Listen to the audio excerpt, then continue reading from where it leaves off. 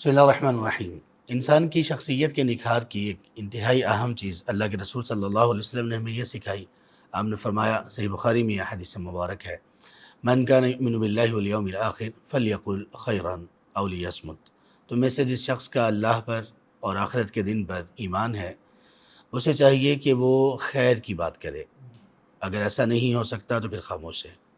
खैर की बात से मुराद ये है कि वो शख्स अच्छी बात कहे, उस बात का ताल्लुक़ अल्लाह और उसके रसूल सल्लल्लाहु अलैहि वसल्लम की तालीमात से हो, या कम अज़ कम वो बात किसी के लिए तकलीफ़ देना हो, वो ग़ीबत ना हो, वो चुगली ना हो, वो किसी के लिए इज़्ज़त पर उसकी उँगली उठाना ना हो।